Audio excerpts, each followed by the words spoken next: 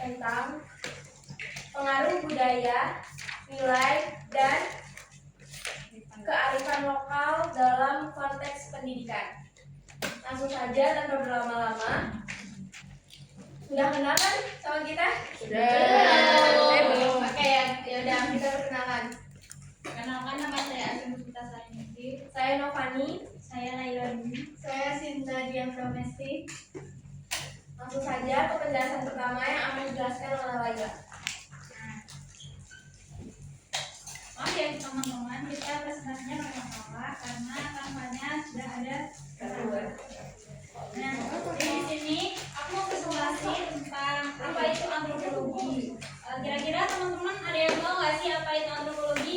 Kalau tahu, silakan. Antropologi itu ilmu yang membahas tentang manusia. Keren. Ada lagi? Kalau nggak ada, maaf. Tadi yang melengkapi dari siapa tadi awalnya ya? Ya. Untuk antropologi itu ilmu yang itu membahas tentang manusia tapi dalam dari segi kebudayaan. Oh ya, benar sekali.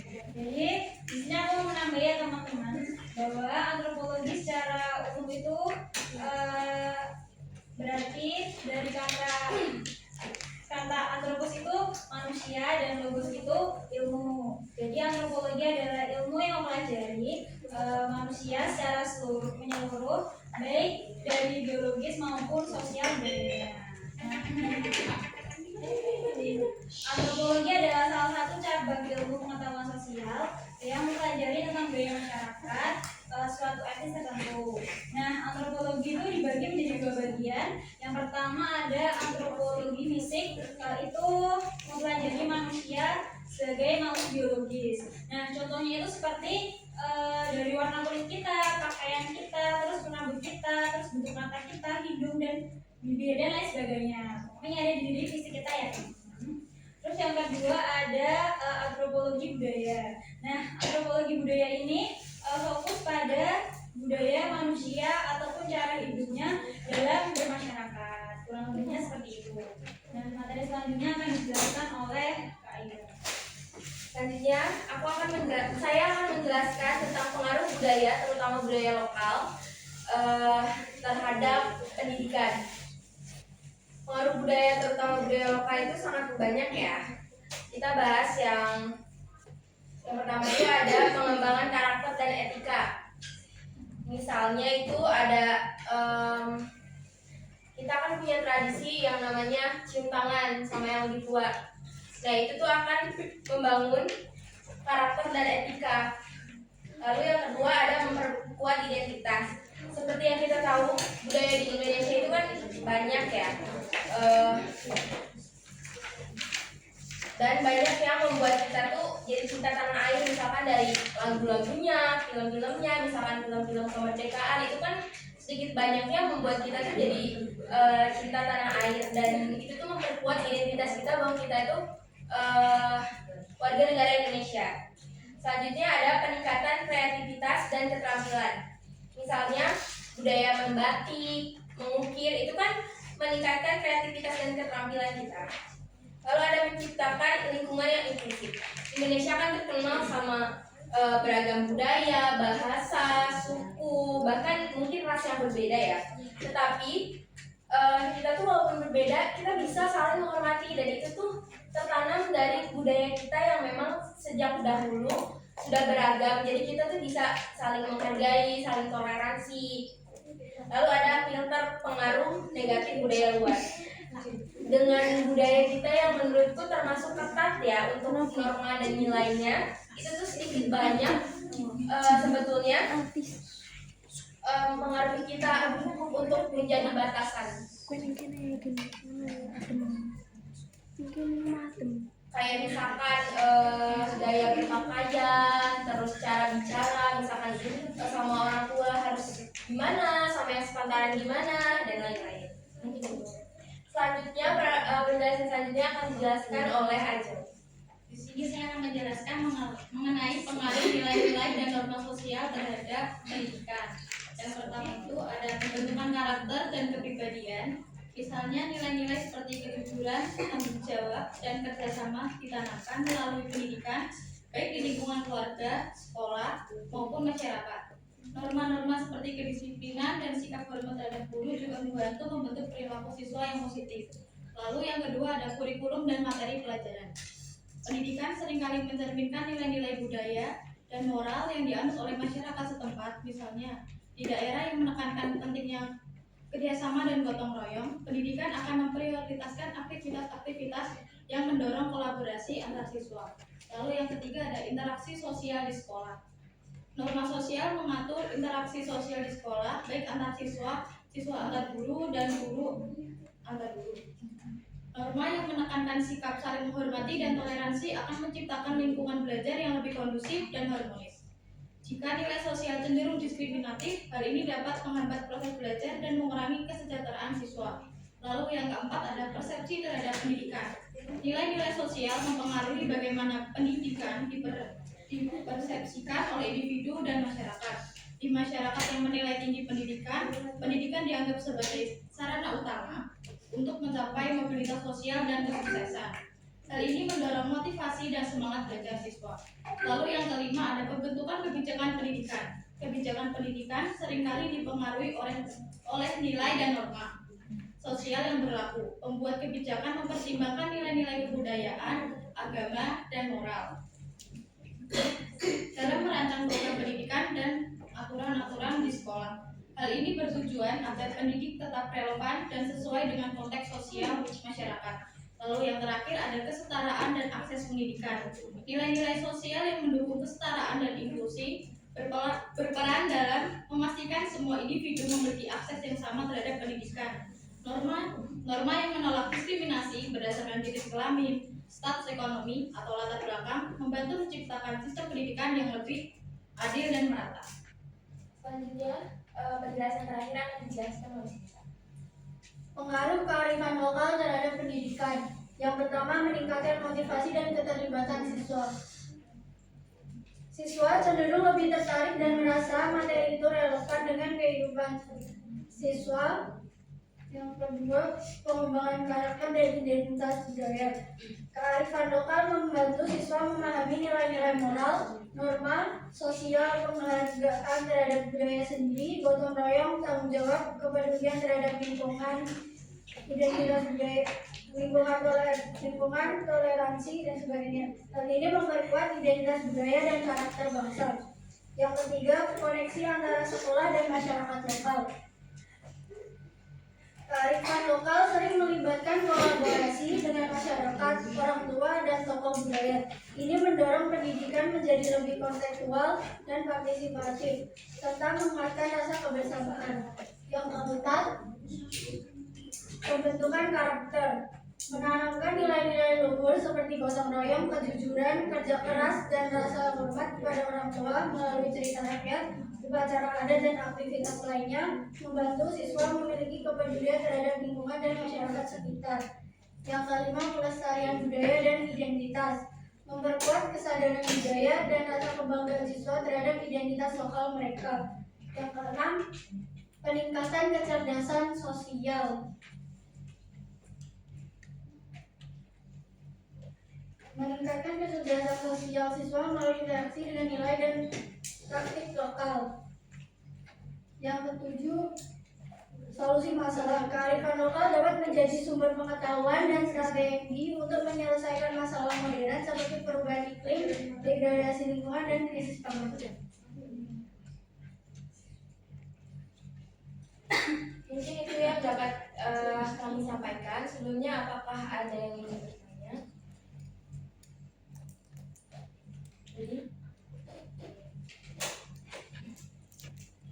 Sebelumnya terima kasih atas kesempatannya. Saya Selasa Budi dengan nomor NIM akhir 09. Oke. Di sini kan kalian bahas tentang pengaruh budaya, pengaruh nilai, norma, atau tentang budaya lokal lah caranya gitu ya, pengaruh budaya lokal terhadap pendidikan. Fokusnya ke pendidikan ya.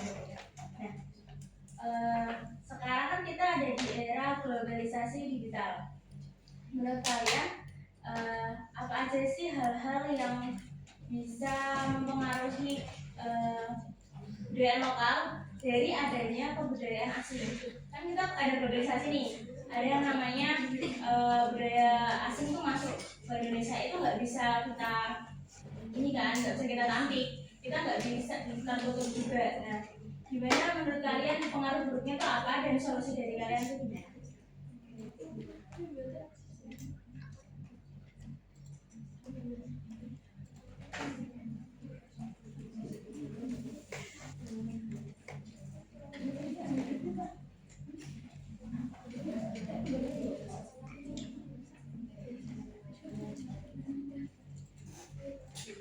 Ada lagi yang ingin bertanya? Silakan. Perkenalkan, nama saya Iman Estalika dengan NIM akhir 06. Mau bertanya, kalau dalam makalah kalian kan disebut budaya lokal itu bisa jadi filter pengaruh negatif globalisasi. Kira-kira itu gimana sih cara sekolah itu bisa menerapkan hal tersebut secara konkret?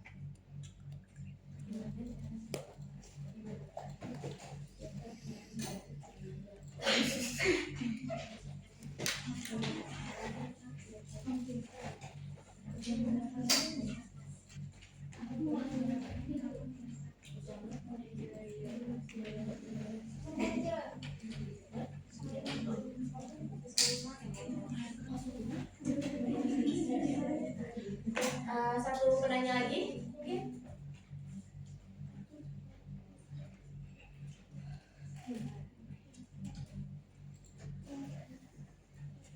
Tidak ada?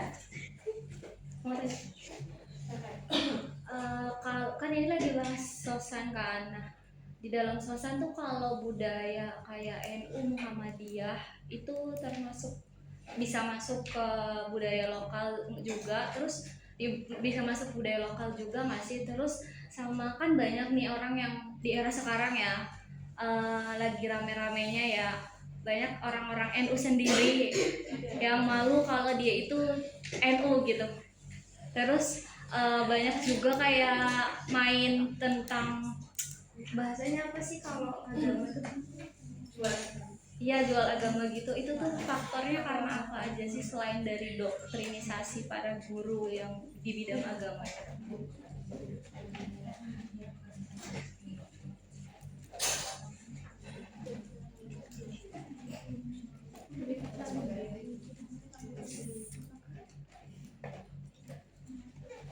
Tadi terakhir apa gimana? Kan NU tuh bisa masuk gak? Itu tuh termasuk budaya lokal atau tidak? Iya. Lalu Kadang ada umat NU Iya. yang malu kalau budayanya Terus kayak perubahan-perubahan tentang NU Muhammadiyah, kayak dia benci atau malu sendiri sama ininya dia gitu, NU gitu. Nah itu tuh biasanya faktor apa gitu selain dari doktrinisasi gurunya atau apa?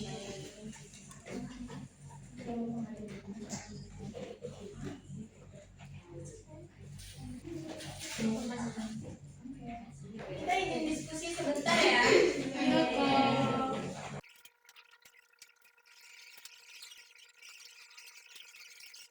Teman-teman, kita sudah selesai ya diskusinya. Kita akan menjawab pertanyaan dari kalian. Oke.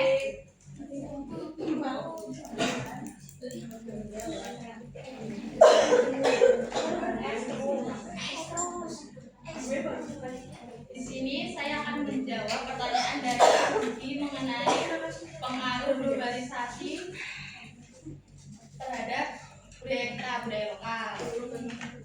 Pengaruhnya itu dipengaruhi oleh maraknya film-film asing yang lebih disukai. Lalu ada karena mencari informasi saat ini mudah, jadi budaya luar lebih mudah masuk, tetapi buruknya kita malah menjadi lebih tertarik dengan budaya asing dan melupakan budaya lokal. Kita ada dimulai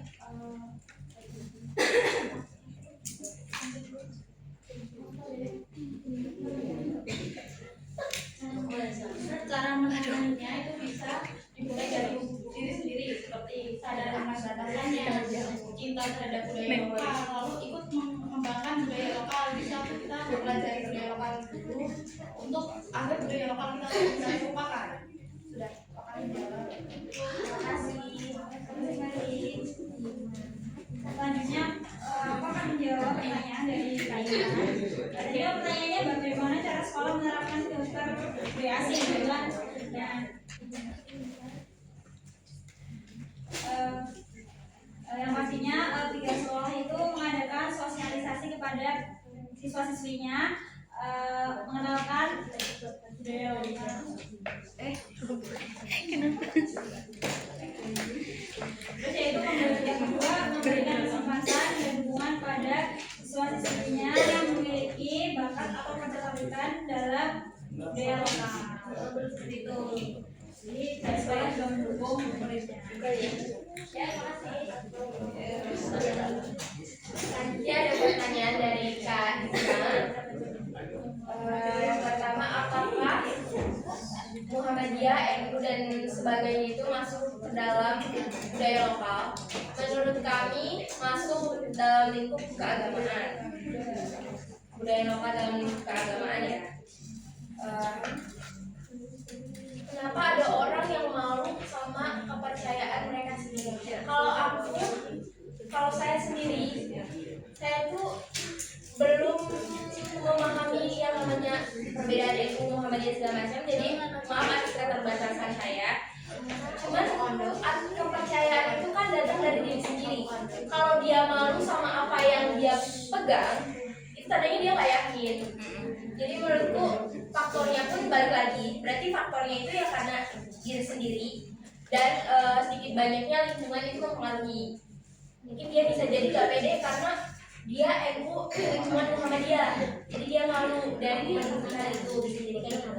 Tapi kalau emang dia yakin sama apa yang dia pegang, dia nggak akan malu sama hal itu. Mungkin itu. Berarti itu teh masuknya ke agamaan. Budaya lokal dalam lingkup keagamaan. Karena kan di Indonesia tuh apa ya, lebih kencang NU, Muhammadiyah dan perbedaan segala macamnya. Dan kita kurang tahu di negara-negara lain gimana, tapi kayaknya nggak sekencang di Indonesia. Jadi kayak malah udah jadi kayak budaya. Oh iya. Ya kayak budaya yang Di luar negeri kan juga nggak ada kan? di luar negeri mungkin ada, tapi ya Wahabi beda kan. Gimana? Siapa lagi? Apakah ada yang mau menambahkan tentang tiga pertanyaan tadi? Mungkin kira-kira sama materinya kita juga